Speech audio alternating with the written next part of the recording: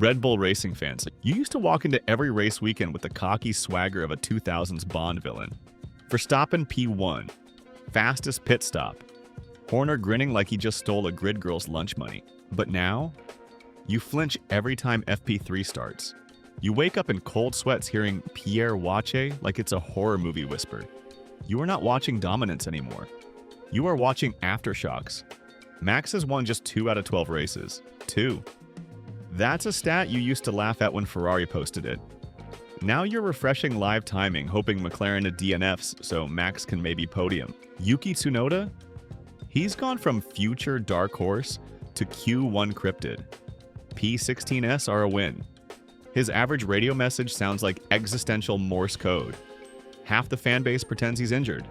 The other half makes memes that hurt. And Horner? Yeeted. You saw it coming. The energy shifted. Suddenly no more smug paddock struts. No more spicy Christian quotes. Now it's Laurent Mekies at the helm.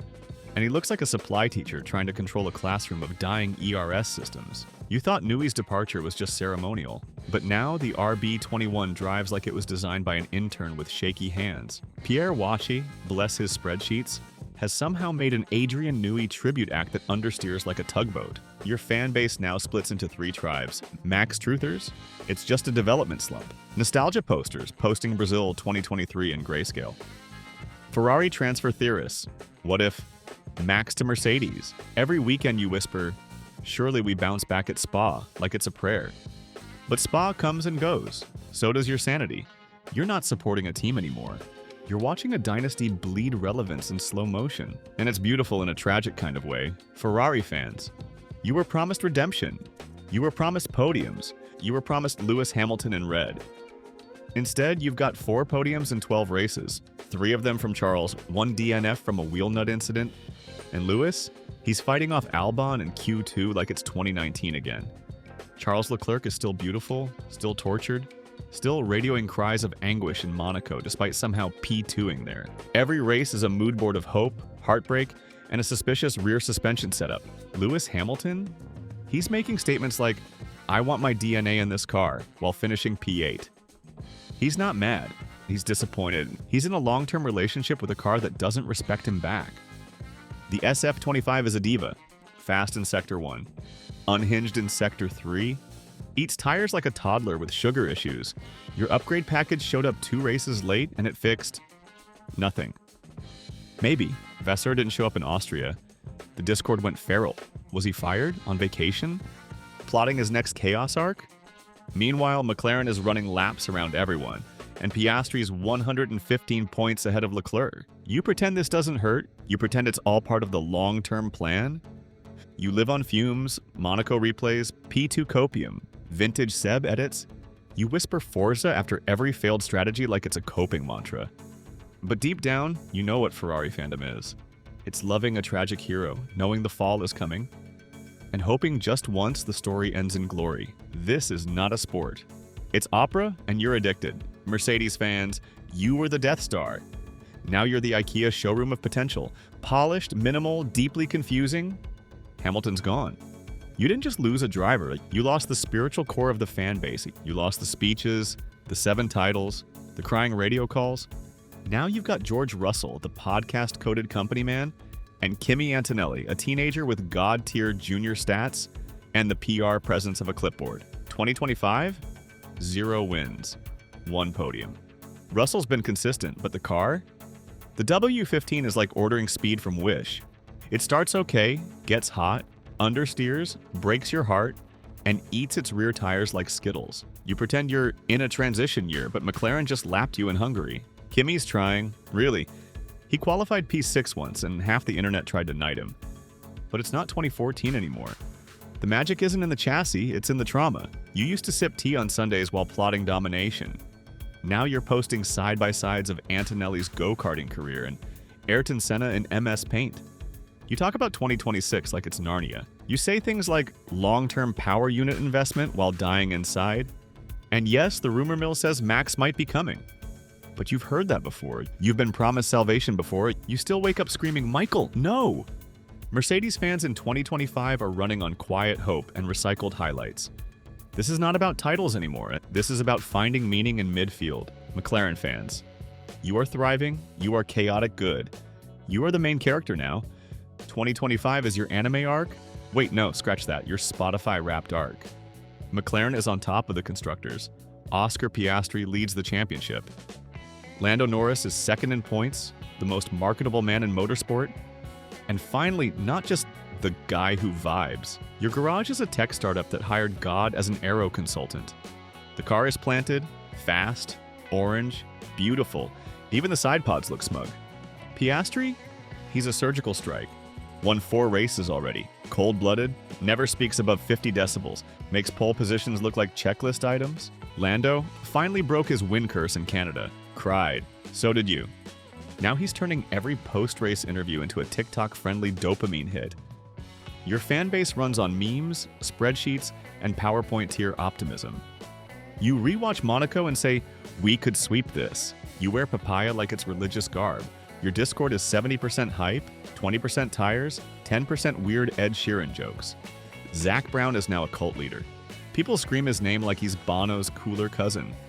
He shows up in a hoodie, signs a future IndyCar champion, and leaves before qualifying. McLaren fandom in 2025 is what Ferrari thought it could be. Hot, fast, likable, and not self-destructing every Sunday. You don't hope anymore. You expect.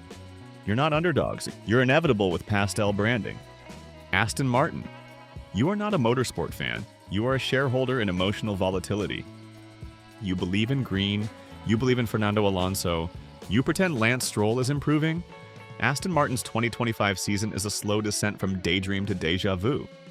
You started with high hopes. You even got a couple of good finishes early on. But now, Fernando is fighting Saubers. Stroll is fighting gravity, and the AMR 25 is fighting itself. Adrian Newey, he's joined, but his magic is still baking. Right now, your car looks like a concept art drawing of a faster car. Updates come, updates fail, and the paddock calls you vaporware with DRS. Alonso fans are eternal. They post 2012 Valencia like it's scripture. Every overtake is a religious experience. Every post-race we need to improve is treated like the Sermon on the Mount. Lance fans exist. Mostly they just post workout montages and say, he just needs confidence. They're living in the longest character arc of all time. Lawrence Stroll, still investing, still building, still acting like he's assembling the Avengers with CFD data. You believe 2026 is the year up because 2025? It's just a loading screen. Aston fandom is holding on by carbon fiber and caffeine. But every race weekend you post, don't count out Fernando. And you watch him claw P7 like it's redemption. You don't root for a team. You root for legacy. Alpine fan, you're not fans. You're French literature majors with a wind tunnel. Every Alpine fan operates in soft tones and silent dread. The team is slow, the management is confused. And yet you love them, even if they don't love you back. 2025 is your latest novella of heartbreak. Pierre Gasly, 1 fluke Q3. 2 retirements, 1 broken diffuser. Still stylish. Still simmering with underdog energy. But stuck in P12 every Sunday like it's Groundhog Day. Franco Colapinto? New. Promising. Outqualifies Pierre in Spain, then DNFs in Canada. You see glimmers, you overreact. You declare him the next Alonso and post YouTube comps with noir jazz tracks? Your season is a vibes-only campaign. You have pace on Fridays, rain on Saturdays, and heartbreak on Sundays. Your pit wall strategy has the aura of a philosophy professor trying to understand understeer. Updates are delayed. Morale is in development. Fred Vasseur called you a team with potential. That was in 2023. You watch McLaren pass, you watch Ferrari flail, and you tell yourself, we are building something. You live on crumbs. A purple sector here, a decent pit stop there. Gasly overtaking an RB car and everyone screaming, Le Plan is back. But Alpine fandom isn't about winning. It's about loyalty with no exit strategy. It's about watching paint dry, beautiful tricolor paint, and whispering, one day, Racing Bulls, you are Red Bull Light. You are the spare room of the Verstappen empire. You are rooting for 2 rookies who sound like Fortnite usernames, Liam Lawson and Isaac Hadjar. This is not a team. This is a startup disguised as a motorsport outfit. The vibes are pure caffeine and panic. Your livery looks like an energy drink can. Your season feels like a YouTube vlog gone wrong. Liam, solid, 2Q3S. P6 in Austria. Everyone's whispering, he's too good to be here. He drives like someone who reads F1 Reddit but doesn't post. He's Max Verstappen's shadow clone with less trauma. Hajar? Unhinged. Funny. Crashes in FP3, sends it in turn 1. Interviews like he's speedrunning media day. Fanbase has a cult already. They post future world champ with stars around it. Delusion is the fuel. Copium is the strategy. The team is technically independent, but everyone knows Helmut Marko is watching from the rafters like an overbearing dance mom. Every race is a test. Every overtake is a potential career moment. You don't root for consistency. You root for chaos that might lead to promotion. You live on rumors. Max leaving? Yuki being dropped? Liam to Red Bull? Your greatest enemy? Being relevant enough to matter, but not too good to threaten Max. You are racing bulls. You are the F2 of F1. And you love it here. Williams fans, you are a museum that learned to race again. You're not in the fight for the title, but you're in the fight for meaning. And points. Enter Alexander Albon, the soft-spoken chaos merchant. 5 Q3 appearances, 1 glorious P5 in Miami. He drives like a man with nothing to lose and everything to prove. He's the good vibes driver turned actual midfield menace. And now, enter the twist. Carlos Sainz, the most dumped man in Ferrari history. He's not here to make friends. He's here to reinvent himself in a car that still smells like 1997.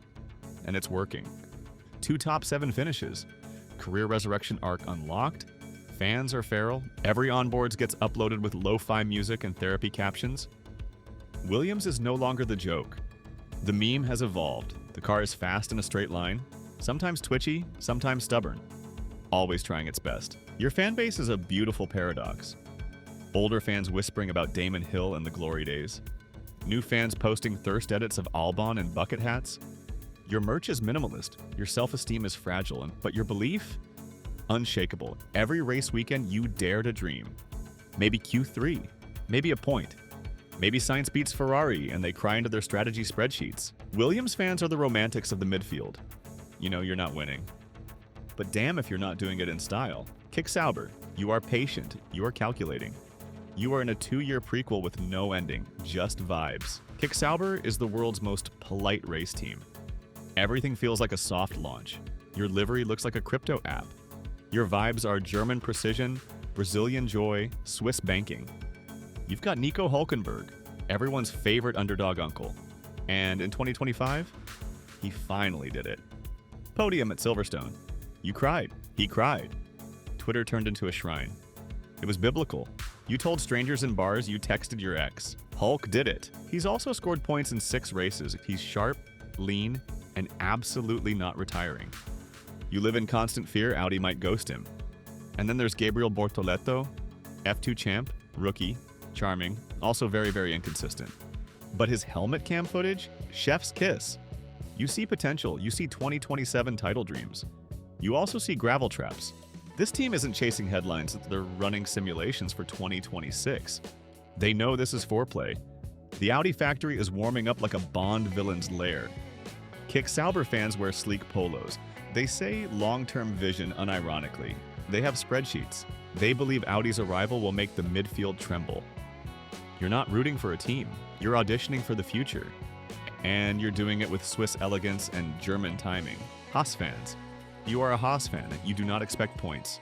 You expect drama, DRS trains, and damage reports. Gunther Steiner is gone. The memes remain. Now you've got Esteban Ocon in full villain arc mode, and Oliver Behrman, the rookie with the face of a school prefect and the driving style of a caffeinated terrier. Your season is sponsored by chaos. Every good qualifying is followed by a lap 1 tragedy. Every race strategy feels like it was made by ChatGPT with bad data. But Behrman? Legit. Scored in Australia. Dragged the VF25 into Q3 in Canada. You're watching a British redemption arc unfold in an American dumpster. It's cinema. Ocon? He's fast, he's angry, he's Ocon. He collided with Behrman once and the fan base had a civil war in the subreddit. You love him, you fear him. The car? Slippery. Sketchy under braking. Built like it's trying to solve a Rubik's Cube while being punched. You celebrate P11 like it's P3. You've rewatched K-Mag's 2018 poll like it's the Zapruder film. You quote, "We look like wankers like gospel." Haas fans aren't here for points. They're here for the fever dream of being underdogs forever. Every team principal rumor? You believe it. Every bearman on board? You analyze it. This isn't just a team. It's a support group, and every session is survival mode.